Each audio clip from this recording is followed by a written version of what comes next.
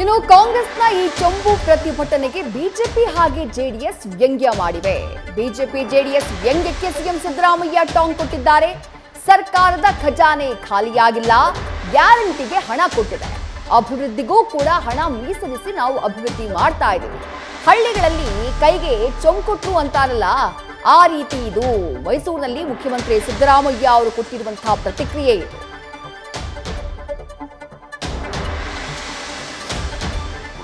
Advertisement ಈ ದೇಶದ ಜನರಿಗೆ ಭಾರತೀಯ ಜನತಾ ಪಕ್ಷದ ಸರ್ಕಾರ ಖಾಲಿ ಚೊಂಬು ಕೊಟ್ಟಿದೆ ಅಂತ. ಖಾಲಿ ಚೆಂಬು ಕೊಟ್ಟಿದೆ, ಚೊಂಬು, ಖಾಲಿ ಚೆಂಬು. ಹಳ್ಳಿನಲ್ಲಿ ಕೈಗೆ ಚೆಂಬು ಕೊಟ್ಟರು ಅಂತನಲ್ವ, ಆ ಥರ ಇದನ್ನು ಮಾಡಿರ್ತಕ್ಕಂಥದ್ದು. ಈ ದೇಶದ ಜನರಿಗೆ 15 ಲಕ್ಷ ಕೊಟ್ರ ಎಲ್ರಿಗೂ ಆಗ್ತೀವಿ ಅಂತಂದ್ರಲ್ಲ ನರೇಂದ್ರ ಮೋದಿಯವರು.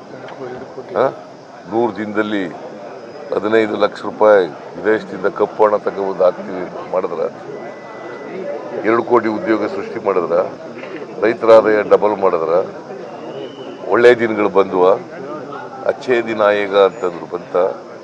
ಅದಕ್ಕೆ ಚೆಂಬು ಕೊಟ್ಟವ್ರೆ ಅಂತ ಹೇಳಿ ಇವತ್ತು ಮೋದಿ ರಾಜ್ಯಕ್ಕೆ ಬರ್ತಾ ಇದ್ದಾರೆ.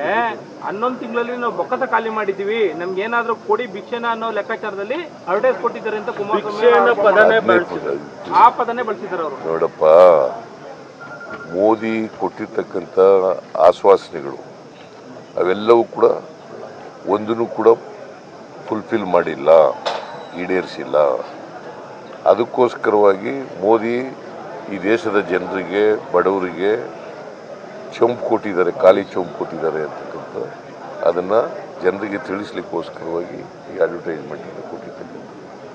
ಅವರು ಏನೇ ಹೇಳಲಿ, ನಮ್ಮ ಕಾಂಗ್ರೆಸ್ ಸರ್ಕಾರ ಕರ್ನಾಟಕದಲ್ಲಿ ಖಜಾನೆನೂ ಖಾಲಿಯಾಗಿಲ್ಲ, ಎಲ್ಲ ಗ್ಯಾರಂಟಿಗಳನ್ನೂ ಜಾರಿ ಮಾಡಿದ್ದೀವಿ, ಅಭಿವೃದ್ಧಿ ಕೆಲಸಗಳನ್ನು ಕೂಡ ಮುಂದುವರಿಸ್ತಾ ಇದ್ದೀವಿ. ನ್ಯೂಸ್ ಫಸ್ಟ್, ನಿರ್ಭೀತಿಯಿಂದ ನಿಮ್ಮ ಪರವಾಗಿ.